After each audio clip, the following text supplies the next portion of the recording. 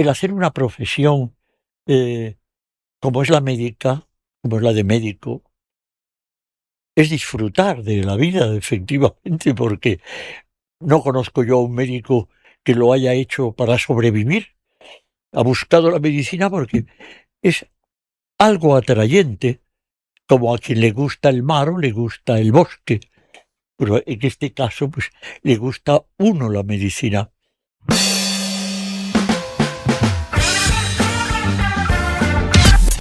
Bueno, aquí seguimos con la segunda parte de esta charla en The Senpai Lab. El primer episodio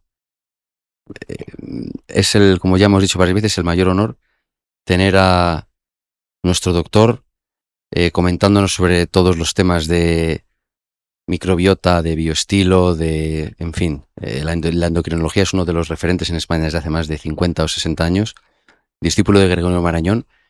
Pero la segunda parte que hacemos en el programa es intentar entender un poquito la persona, quién hay detrás, algunas historias vitales. Va a ser muy aburrido, pero yo encantado en descubrirme en lo que tú creas oportuno. Hasta donde usted quiera. Pero al final empezamos por lo más básico. ¿Quién es usted? ¿Quién es el doctor Carlos Enrique? El doctor Carlos Enrique es un ovillo de vocación médica. Como me dijo un político conocido, no sé si lo tuyo es vocación o es que no sabes hacer otra cosa. Como decíamos cuando veníamos para acá, teníamos la broma, ¿no? Porque pues el doctor sigue muy activo, entonces me comentaba por encima sus horarios, ¿no? Y entonces teníamos la broma de que él trabaja 4 días a la semana a media jornada. Le dije yo de broma. Ahora que nos explique cuál es esa media jornada, ¿no? Bueno, Es que en realidad, pues es así. Yo sigo activo. Yo no sé si por vocación o por puro egoísmo ya, porque el sentirse útil da mucha marcha. Y la media jornada es que entro al hospital sobre las 9 de la mañana y salgo pues sobre las 9 de la noche. No exactamente media jornada de 12 horas, pero bueno, 10 muy fácilmente. Esa es la verdad. recuerdo de escucharle, tenemos una amistad de hace años, recuerdo escucharle porque cuando usted tenía, yo diría, 82, 83 años, usted trabajaba 3 veces por semana. Y recuerdo que me dijo, David, voy a empezar a trabajar un día más porque es que hay tanta gente necesitada, tanta gente pasándolo mal. Entonces, ¿cuál es su motivación? No, mira, si tú te entregas a algo, lo tienes que hacer con el cerebro y con el corazón. La medicina es muy fácil. El pasarse muchas horas detrás de una ventanilla, como antes había, pues oye, verdaderamente está uno esperando salir de la ventanilla. Pero el hacer una profesión eh, como es la médica, como es la de médico, es disfrutar de la vida, efectivamente, porque no conozco yo a un médico que lo haya hecho para sobrevivir. Ha buscado la medicina porque es algo atrayente, como a quien le gusta el mar o le gusta el bosque. Pero en este caso, pues le gusta uno la medicina. Y entonces es muy fácil. ¿Cuántas veces he oído yo decirme que en esta media jornada, pero doctor, usted tiene derecho a disfrutar?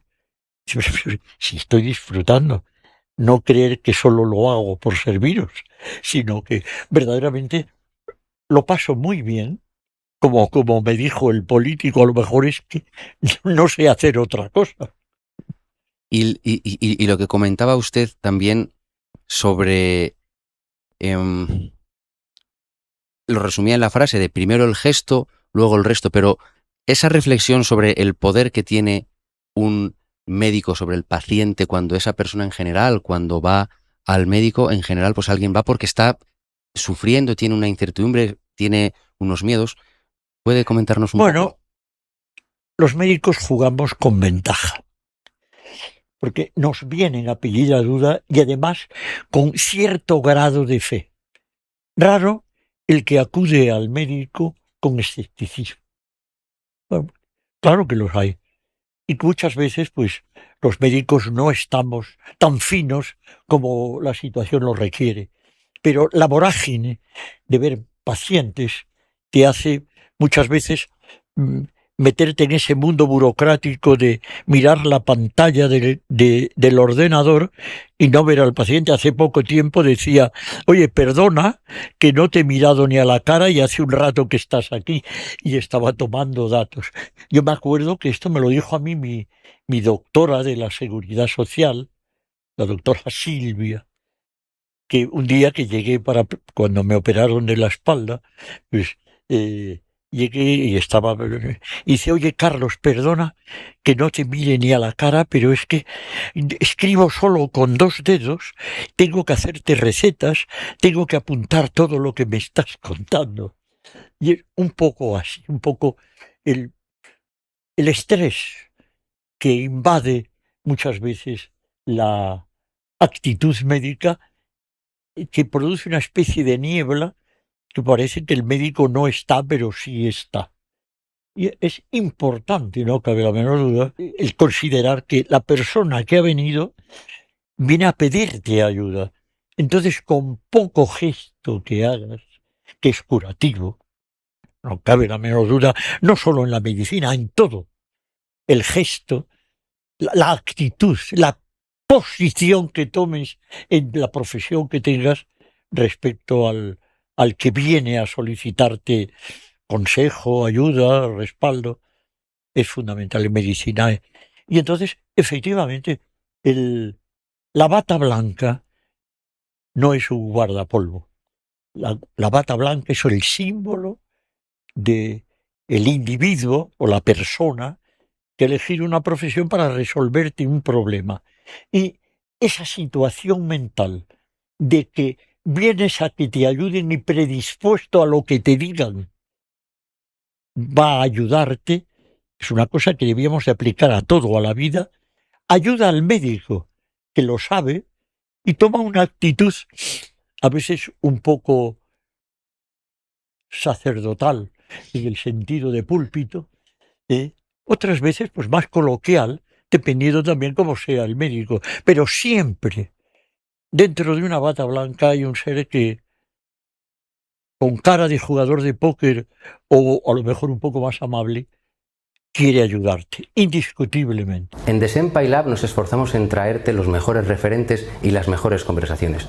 Por ello, te agradecemos muchísimo si puedes suscribirte o dar al like. Aquí tienes la campanita. Qué alegato más bonito de la profesión médica, qué alegato tan bonito de la profesión médica y de lo que hay detrás. Comentábamos, ¿no? Yo también le decía la forma en la que nos conocimos en un momento pues terriblemente duro para mí por una cuestión de salud que grave y que empezó además con muy mal pie y acabé llegando a usted no sé cómo, y además quizás no se acuerde, pero fue como un día raro que era tarde ya y nuestra primera cita la teníamos como por videoconferencia y al final pues no hablamos y yo ese día estaba absolutamente abatido. Y un rato después me sonó el teléfono y era usted que me llamaba a mi móvil particular, diciéndome, David, perdóname, se me pasó una cosita, me llamó 10 minutos después. Y me escuchó tarde, a las 10, a las 11 de la noche, era tardísimo ya, y usted me escuchó. Usted se imaginó, este chico con este tal, madre mía, lo que... Me escuchó 10 minutos, me tranquilizó, me dijo, no te preocupes, estate tranquilo. Mañana hablamos por la mañana, pero no te preocupes, vas a estar bien, estoy contigo. Ese fue el comienzo de mi curación. Yo todavía agradezco como decimos, al universo, a quien sea, que nos cruzase, pero comparándole a usted con su trayectoria, con su capacidad, con su sabiduría, con el anterior médico que me tocó, que era un médico de cabecera, no sé cómo se dice ahora, de atención primaria, ¿no? ¿Qué diferencia? Ese primer contacto con un paciente, de tener esa sensibilidad que dice usted, no, es lo que hemos dicho, la palabra del médico, yo desde fuera, digo, yo creo que cura o enferma, y usted lo acaba de confirmar, entonces es de verdad, de nuevo aquí con las cámaras le agradezco en un momento de los más aciagos de mi vida, Usted ha sido, vamos, fundamental. De verdad se lo agradezco de corazón. Bueno, muchas gracias. Yo he hecho simplemente lo que... O sea, cuando estamos hablando médico y paciente, el médico se introduce un poco dentro de el sentimiento o la necesidad que tiene el paciente. Y lo haces de una forma refleja, por ese medio de sistema nervioso autónomo. Y yo te vi a ti afligido, y en vez de afligirme también como tú, traté de decir, no hablamos de compasión, hablamos de solución. Y la primera solución es decir, oye, como se hace cuando se sirve al tenis, se respira profundamente y se lanza la pelota lentamente hacia arriba. Pues es un poco así la actitud que el médico toma, unas veces tan expresiva como la mía, pero otras veces los de cara de jugador de póker tienen tanto valor como los animadores de escena. Pero qué maravilla de verdad y qué altruismo, ¿no? Qué generosidad la suya, que incluso defiende que hay distintos tipos de ejercer eso. Yo solo le puedo decir que no me entra en la cabeza, usted es un referente para mí en el sentido de que en mi caso fue uno de tantos.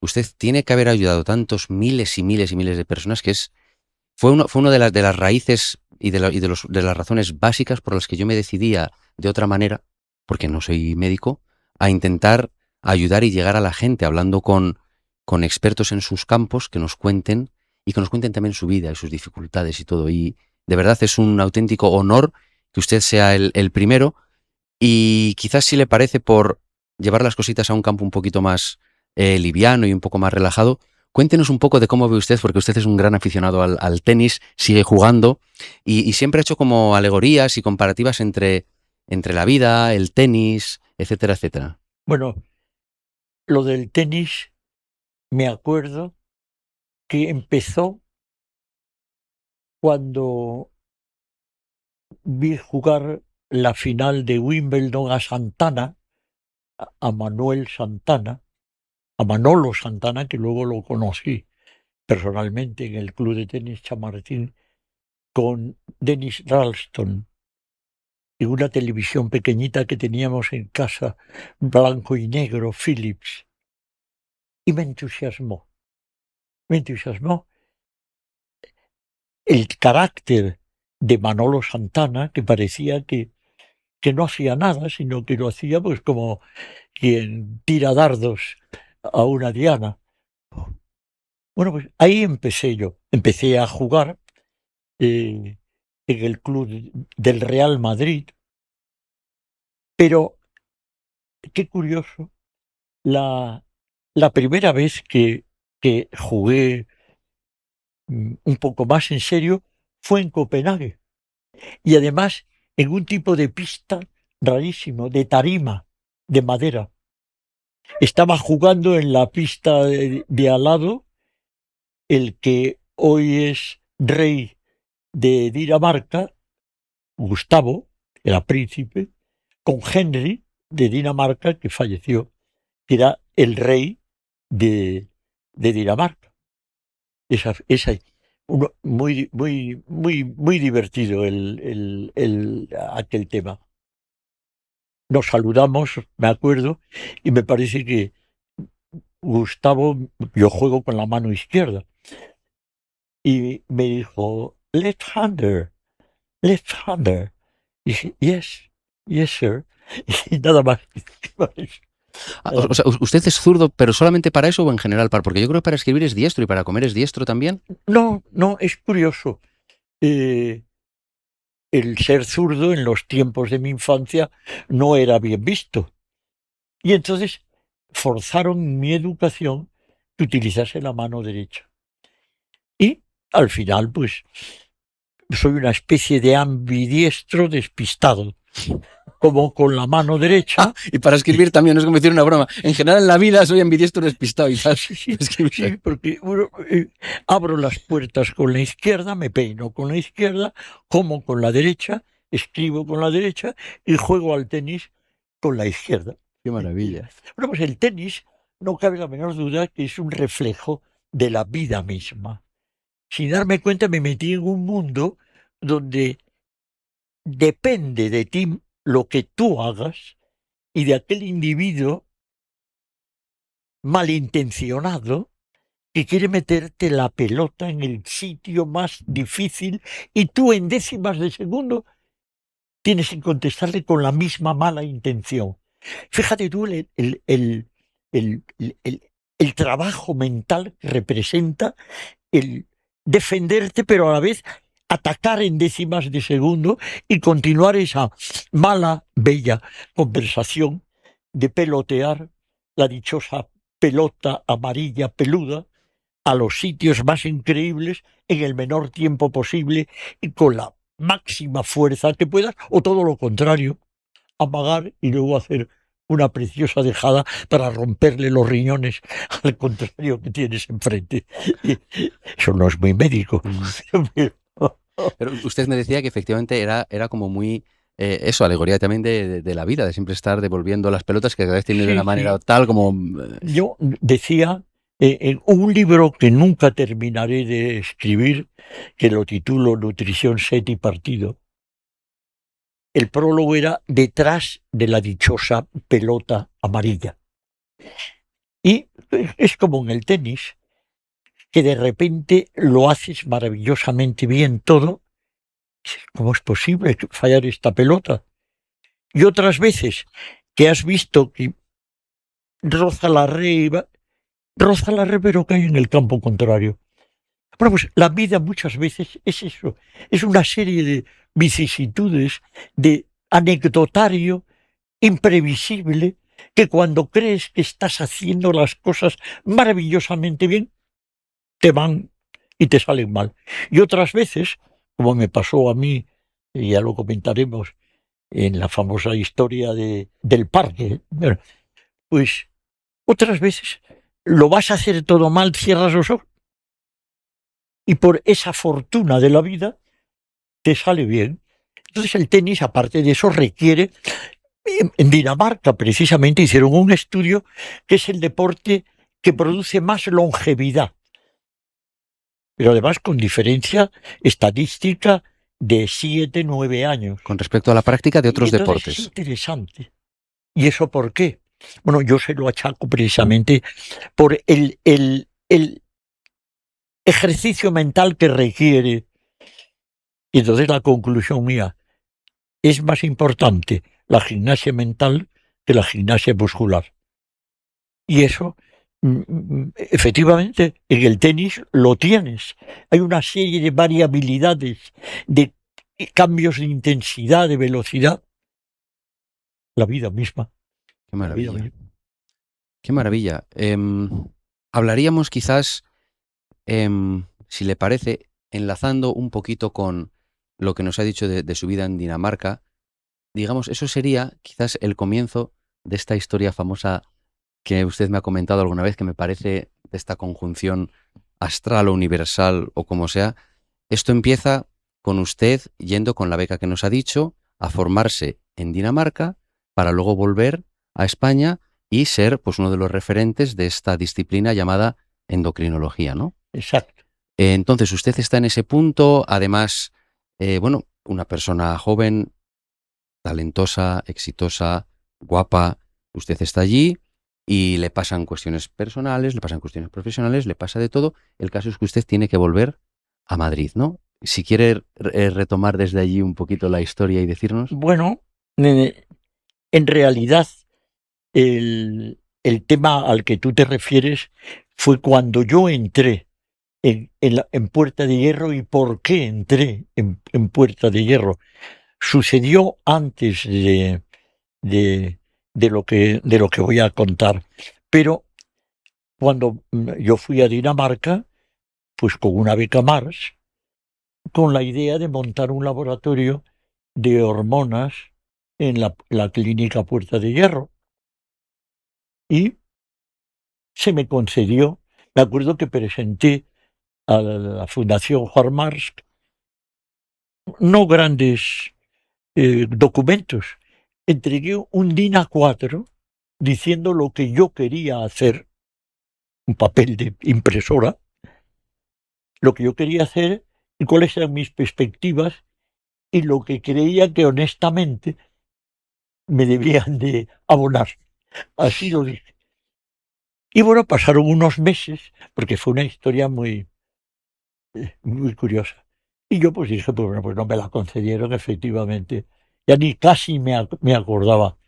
Y estaba yo en Puerta de Hierro y una enfermera me vino a avisar, doctor, lo llaman de su casa. Entonces, obviamente, cuando te llaman de casa inesperadamente, te sorprende un poco, cuando no es lo habitual. Digo para los jóvenes que nos escuchan, ni móviles, ni nada, de nada, de nada, de nada. Allá voy al control de enfermeras, porque yo estaba en planta viendo pacientes, y mi madre me dice, Carlos, has recibido aquí una carta de la Fundación Mars. ¿Quieres que la abra?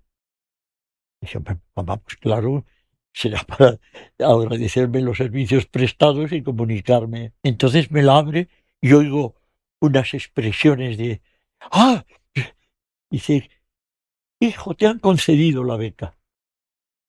Así fue como me enteré yo en Puerta de Hierro que me concedían la beca Mars para estar un año en Dinamarca, que luego se prolongó a 1 año y 9 meses, y no a punto estuve de quedarme en Dinamarca, pero sí que me ofrecieron el quedarme en Dinamarca, Qué en maravilla. un precioso centro dedicado solo a diabetes, que había sido el palacio de veraneo del Kaiser.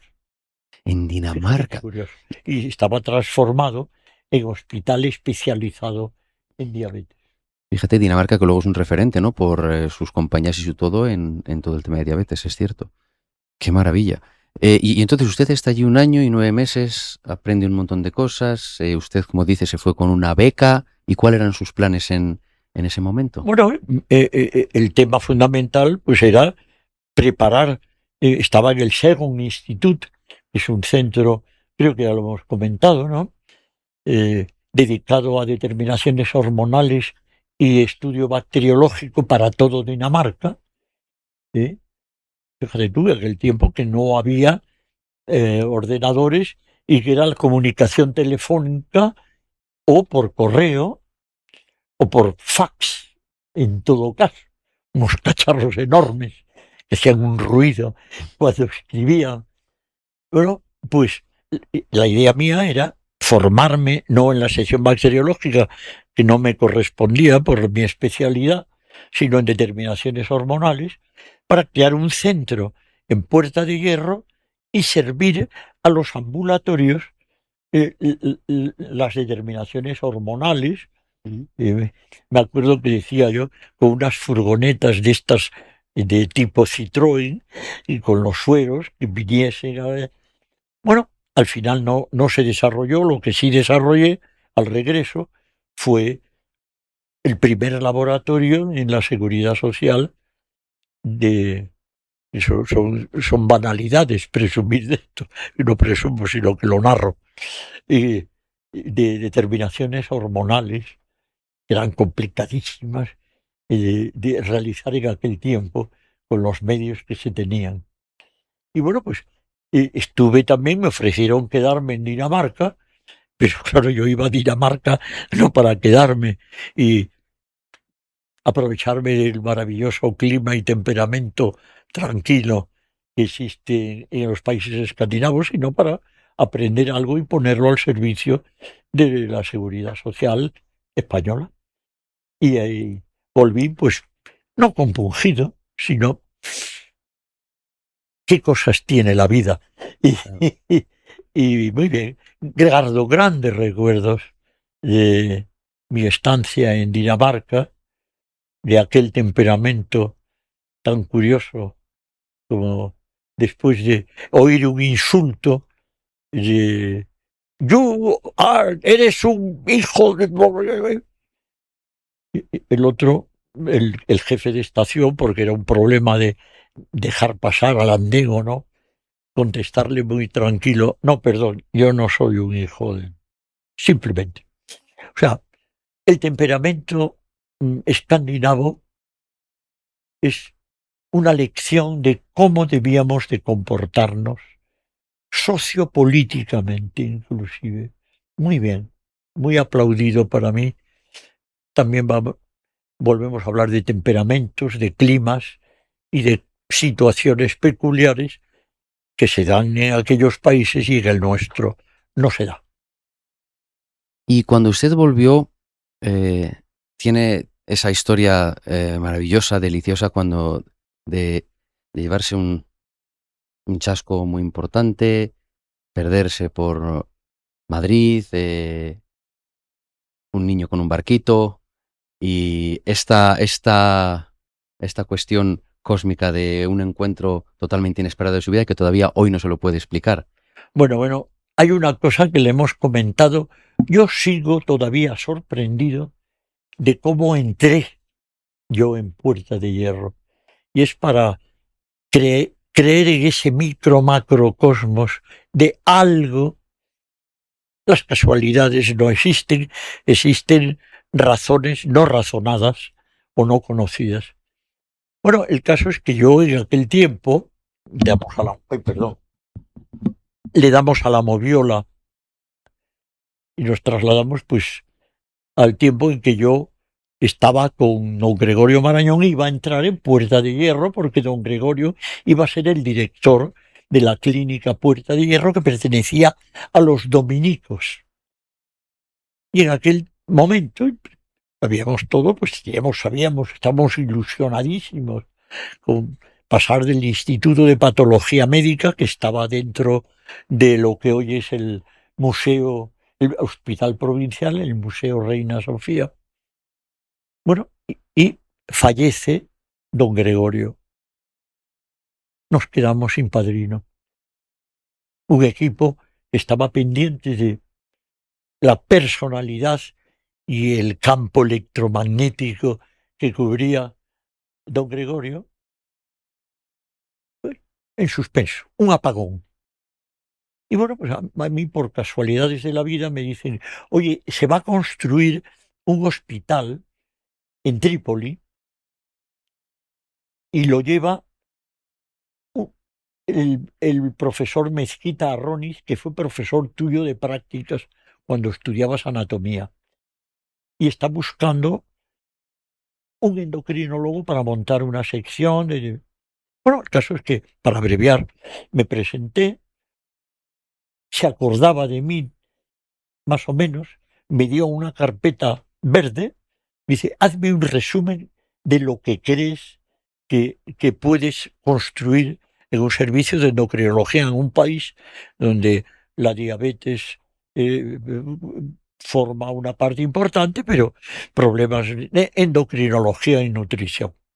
Entonces me fui con la carpeta verde a casa, verano, tórrido, no tanto como este que estamos viviendo, pero calentito. Y digo, pues me voy al Retiro a pensar con mi carpeta y mi bolígrafo. Y me fui hacia la Rosaleda, que es un sitio bastante tranquilo, y estaba lleno. Yo no puedo estar tranquilo.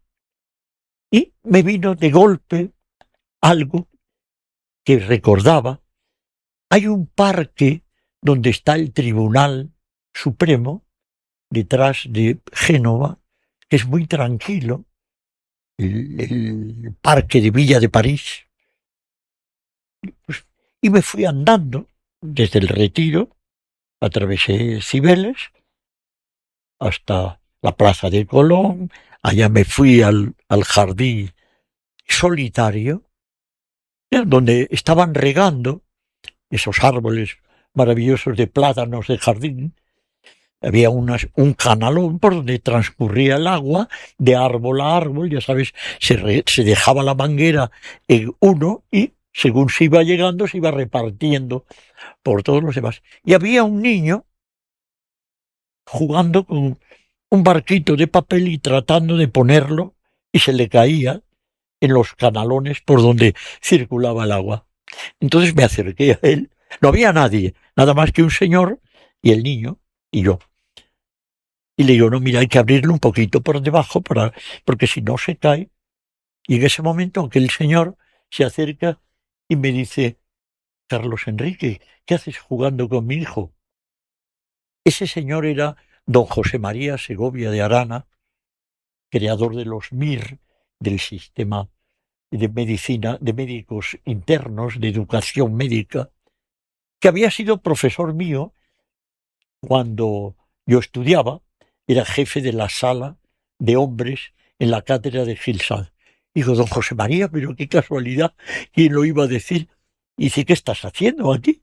Y pues estoy preparando un trabajo porque me voy a ir a Trípoli seguramente a montar el Hospital Español, porque yo iba a ir a Puerta de Hierro con don Gregorio Marañón, dentro del equipo de criología, y me dice, pero ¿no sabes que me han nombrado director de Puerta de Hierro?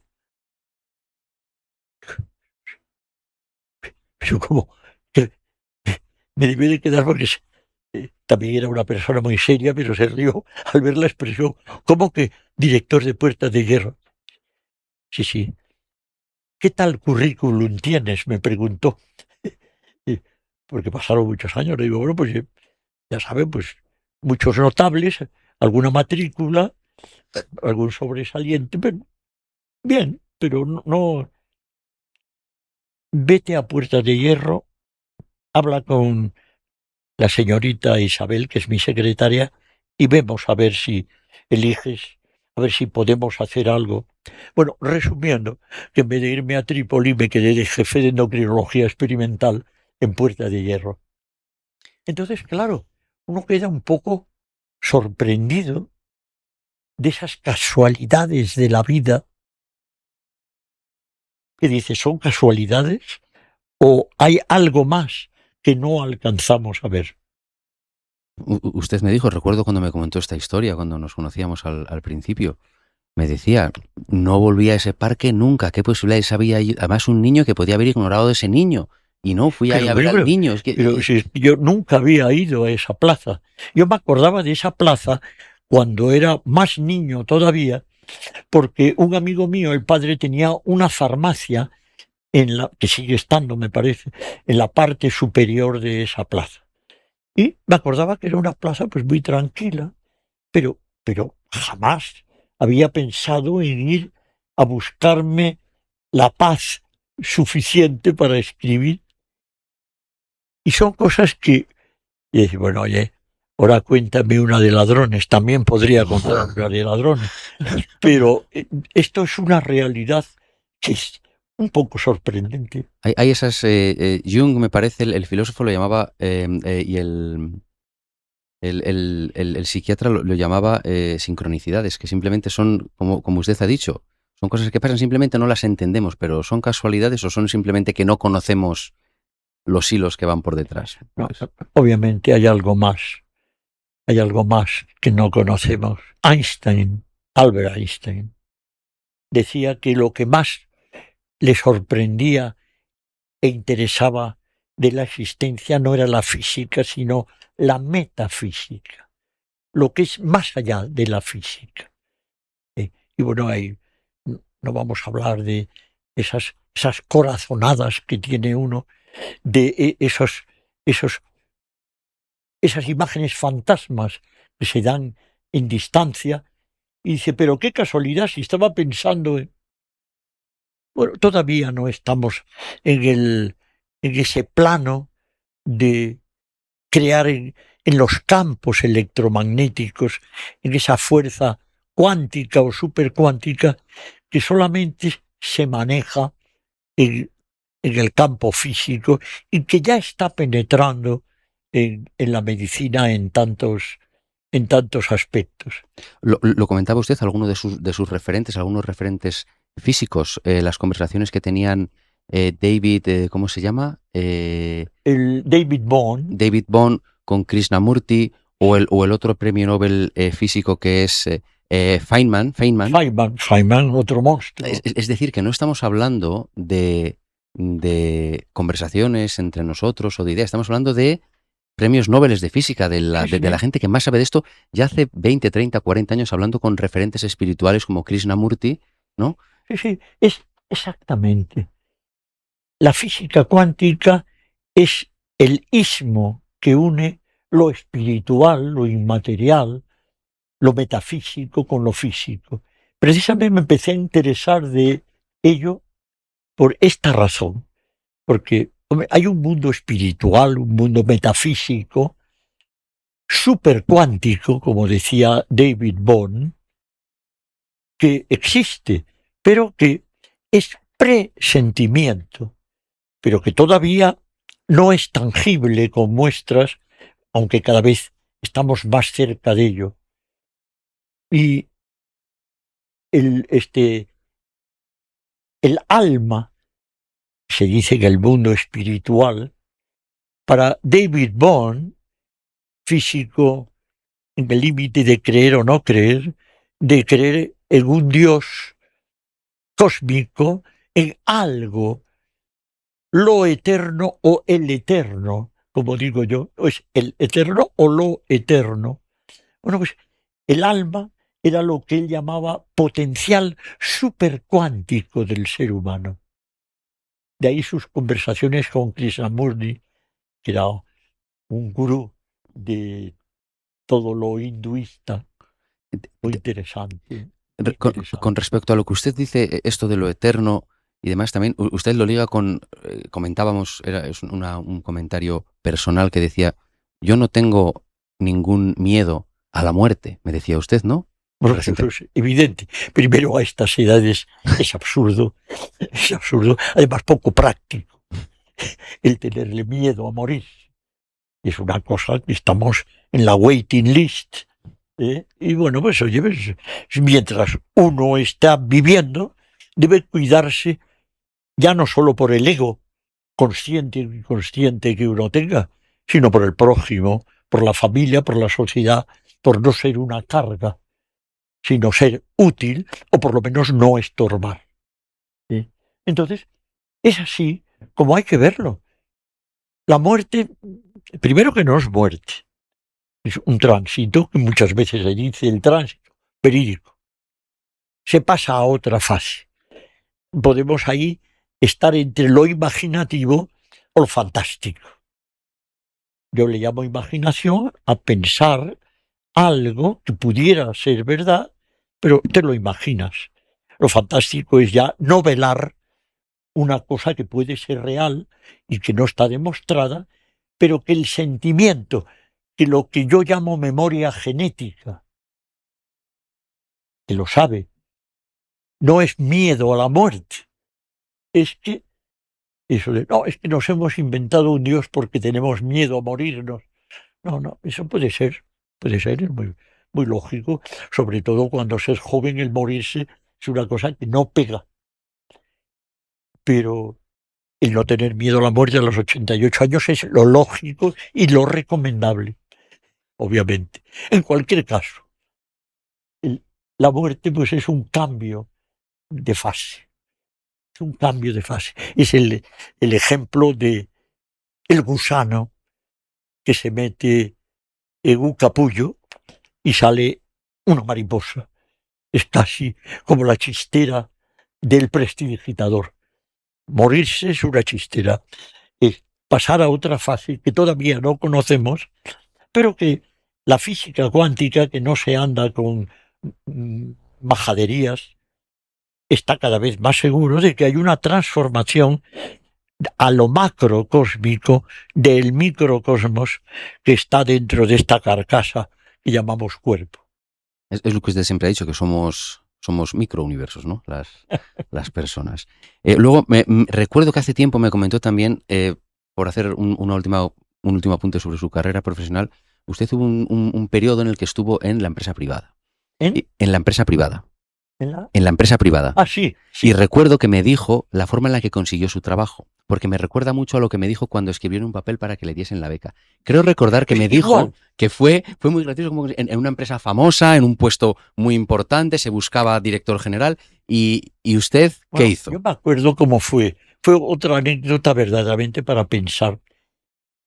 Yo estaba en Puerta de Hierro de jefe de sección de endocrinología experimental.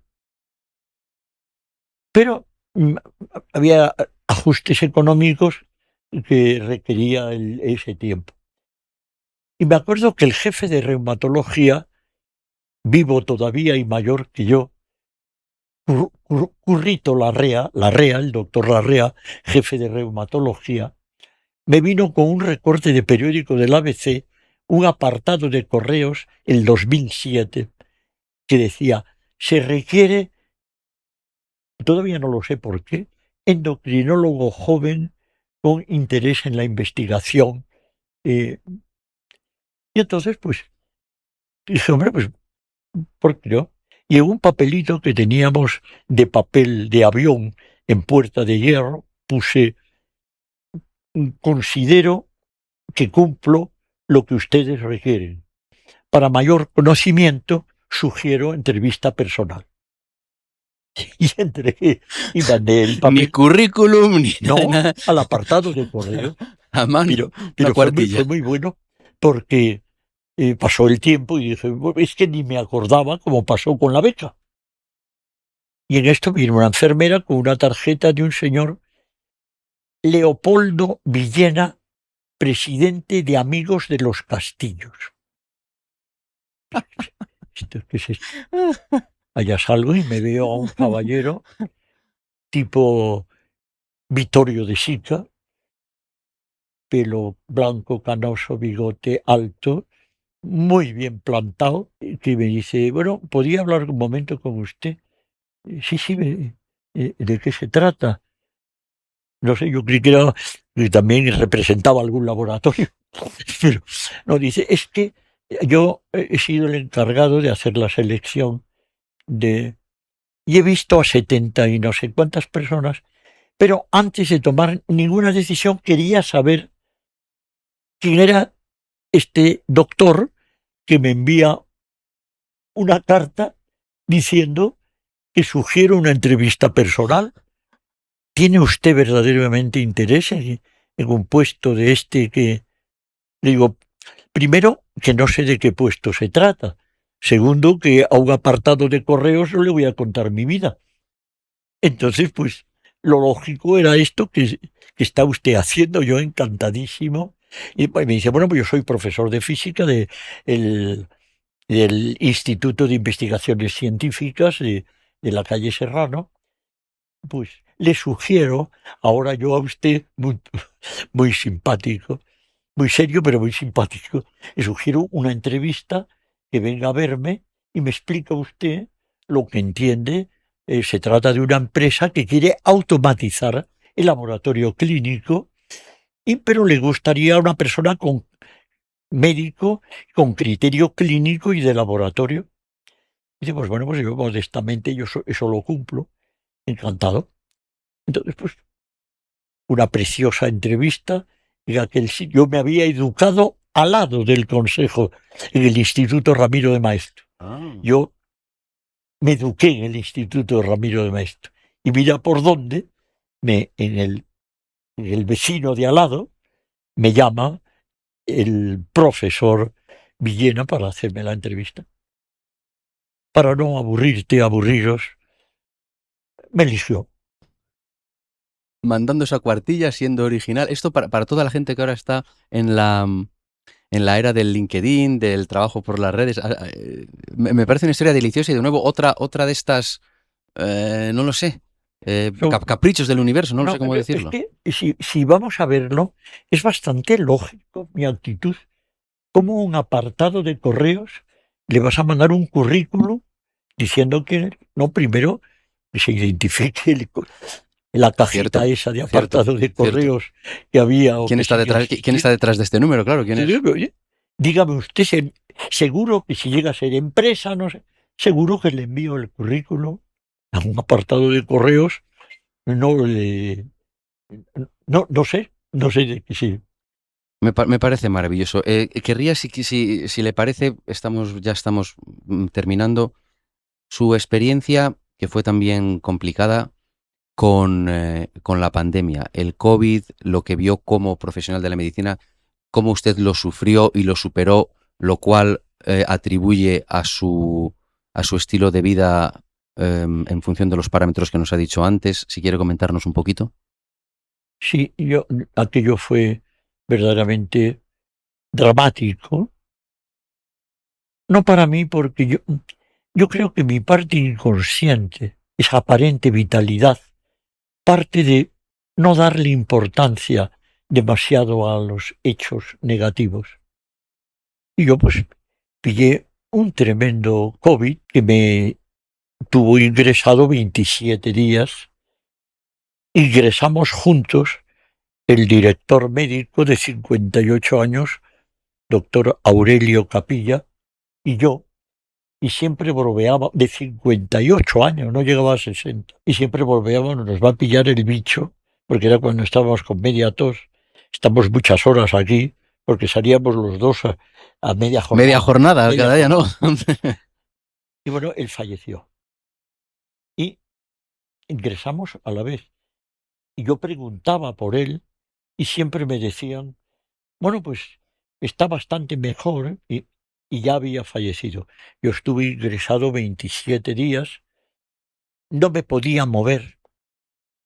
Era una especie de croqueta, le daban la vuelta, lo lavaban por un sitio, por otro, y yo no perdía la idea de que no era el momento de morirme.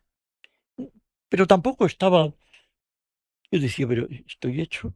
No, no, doctor, se tiene usted que sentar, que no puedo moverme, no puedo moverme. Tiene usted que comer. Perdí 7 kilos en 27 días más o menos. Bueno. Pero lo que no perdí fue el espíritu de decir, bueno, pues si hay que morirse, se muere uno, pero me da la impresión que no, que esto es resistir. Y bueno, pues Sí. así estuve 27 días, con un cuidado maravilloso en todo el equipo, porque aquí hablamos de la medicina, no nos olvidemos de las enfermeras y de los ayudantes y todo el protocolo sanitario que requiere la atención médica, porque es fundamental el trabajar en equipo, aunque siempre hay que cuidar la individualidad como en el tenis.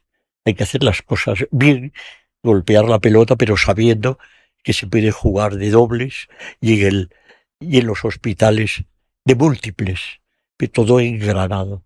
Pues gracias a eso, a la atención que se me prestó y un poco a esa desinhibición de estar tomándose el pulso, pues salí. Me acuerdo que, aún emocionadamente lo recuerdo, en silla de ruedas, aplaudiéndome según salía por el... Qué maravilla. Qué maravilla. Y la labor que hicieron todos ustedes y todo el sector y toda la profesión durante ese tiempo, porque usted salió, pero después hubo otros años, fue un tema de verdad... Impecable, impecable. Yo me acuerdo que era un poco como, hasta tenía su vis cómica. Entraban en la habitación. ¿Está usted bien, doctor? Sí, sí, estoy bien, estoy cansado, ya sabes. Al cabo de 10 minutos. Oiga, doctor, ¿qué tal se encuentra? Y era un continuo ocupación, no por ser doctor, es porque, imaginaros todo esto con mascarilla y con unas medidas de seguridad que, vamos, no había visitas ni nada, había un aislamiento total. Sí, sí. Sí, sí. Nosotros nos conocimos, de hecho, en la época de las mascarillas. Pero usted pasaba consulta con mascarilla. son azares de la vida.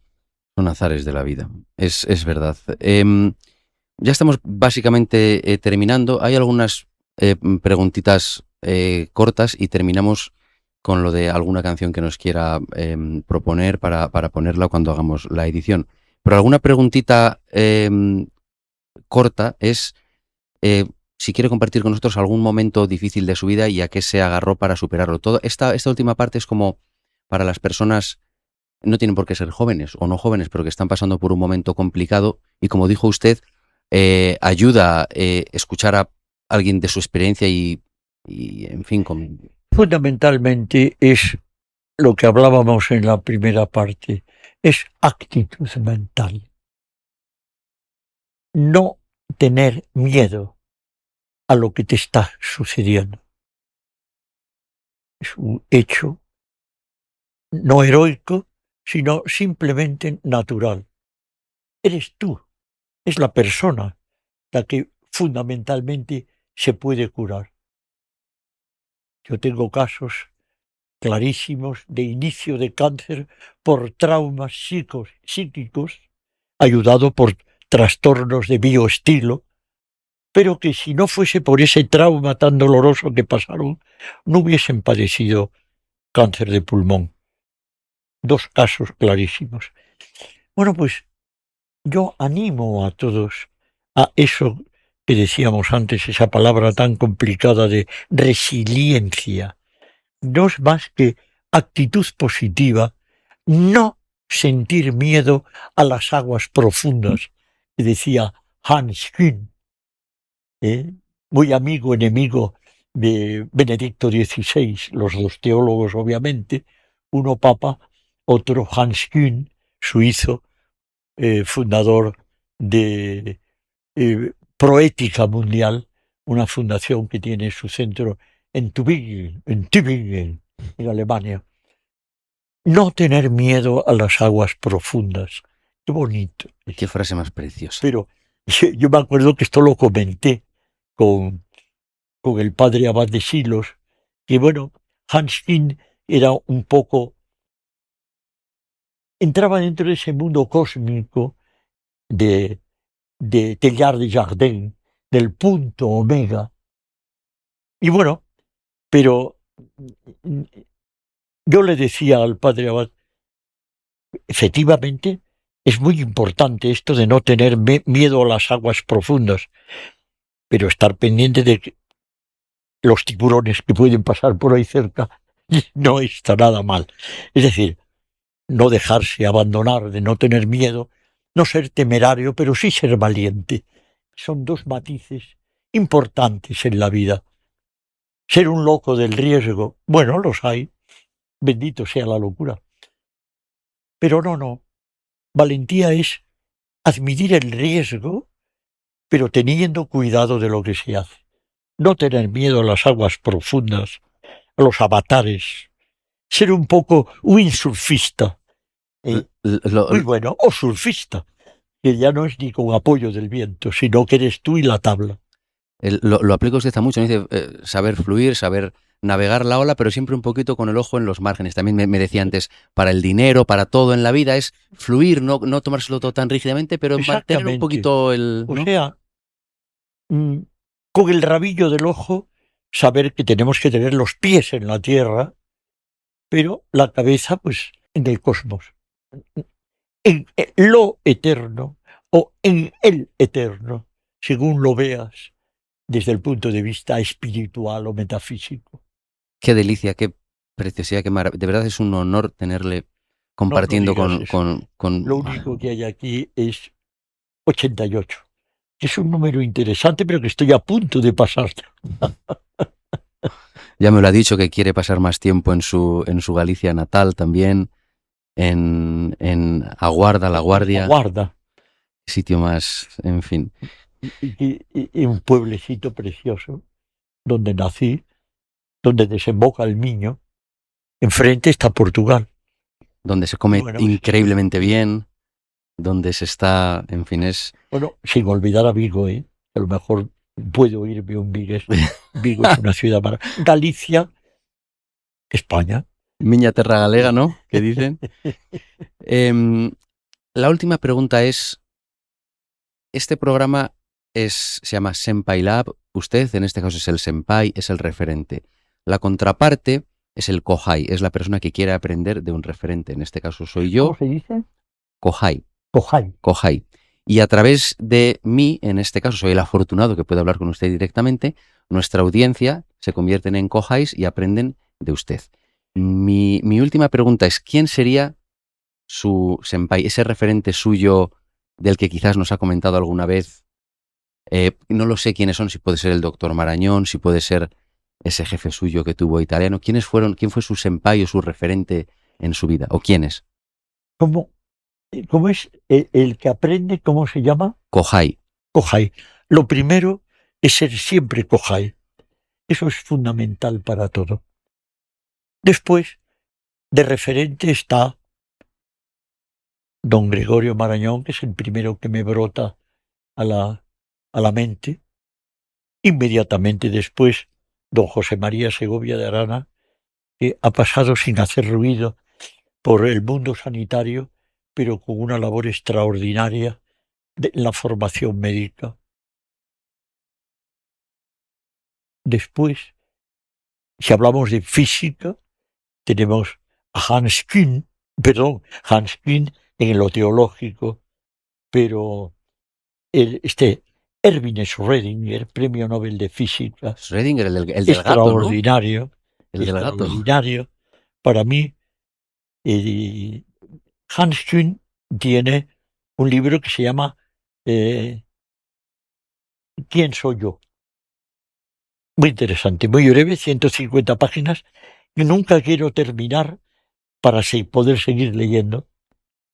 Y Hans Kuhn tiene un libro muy breve, que no me acuerdo en este momento cómo se llama, en que te introduce desde el mundo de la física en esto que estamos hablando de lo metafísico. Él decía, Erwin Schrödinger decía, la metafísica es el andamio de madera que, sin pertenecer a la construcción, es necesario para la construcción. Qué bonito. Qué manera Extraordinario. más bonita. No podemos dejar de darle valor a ese pudiera ser que te habla la metafísica y que los físicos cuánticos, que habitualmente dicen que no son creyentes, pero que ellos ven a el eterno, lo ven como lo eterno. Un premio Nobel de física también, el que escribió La partícula divina, decía, yo soy ateo, a Dios gracias. Una frase también absolutamente genial. Pero muy, un buen sentido del humor y una eficacia extraordinaria. La física cuántica es tan modesta que dice que no ha llegado a la física cuántica, que es mecánica cuántica. Está todavía en ciernes, pero es la física teórica, la física matemática, capaz de decir el profesor de física matemática de la Universidad de New Orleans, Frank Tipler, escribió un libro que se titula La física de la eternidad, que en el prólogo él escribió, dice que estudió física para demostrar la no existencia de Dios, porque los nazis habían clasificado a su familia. Y dice, no puede ser, Dios no existe, no puede. Y entonces, en el prólogo del libro habla mucho de Teilhard de Chardin, de el punto omega, a donde vamos a parar según esa teoría, y dice una frase muy interesante. Si has perdido un ser querido o tienes miedo a la muerte, fíjate lo que dice la física de la matemática. Ten fe porque tanto tú como ellos volveréis a veros. Qué precioso, qué profundidad. No sé si será exacto o no, pero, oye, trata de hacer las cosas bien. Impulsa a la gente que haga las cosas bien, sabiendo que no siempre las vas a hacer bien. Increíble. Muchísimas gracias. Pues con esto básicamente es todo lo que queríamos decir. No sé si tiene un mensaje o algo que quiera decirle, como le digo, a la gente joven o a la gente que lo está pasando mal. Entiendo que será esta buena actitud. La gente joven es, ya sabéis lo que digo yo de joven, de 70 para abajo, pero la joven, la que se entiende gente joven como lo eres tú. Gracias. Un adulto normal de 50, 40, 30, es no perder el tono, no tener miedo a las aguas profundas, que me parece una frase extraordinaria analizando y pensando lo que entendemos por aguas profundas, sin dejar de mirar con el reojo si viene un tiburón. Así es. Pero nada más, nada más. Y una música que me encanta. Hay dos músicas que me encantan, que ibas a decir. Sí, concluimos. Una es el Nessun Dorma de Turandot, que cantaba y así se despidió de la vida cantando el Nessun Dorma Pavarotti, Luciano Pavarotti. Y otra es Violeta Parra, y ese es el mensaje muy breve en la frase que dice: gracias a la vida que me ha dado tanto. Me ha dado la risa y también el llanto. Bueno, saber que esto es así. A veces llanto, a veces risa, pero siempre dispuesto a que la pelota peluda amarilla vaya a donde tú quieras. Y después darle la mano al contrario al terminar. Qué maravilla, no hay mejor final. Doctor, personifica de verdad lo bueno de las personas, lo bueno del Yo doy una del ser imagen humano. superior a lo que soy, porque tal vez me exprese como quiera ser, pero de eso a la realidad hay sus trancos. Puede ser, si usted lo dice, yo solo puedo decirle por lo que veo y por todo lo que le conozco que hay miles de personas seguro agradecidas de lo que hace.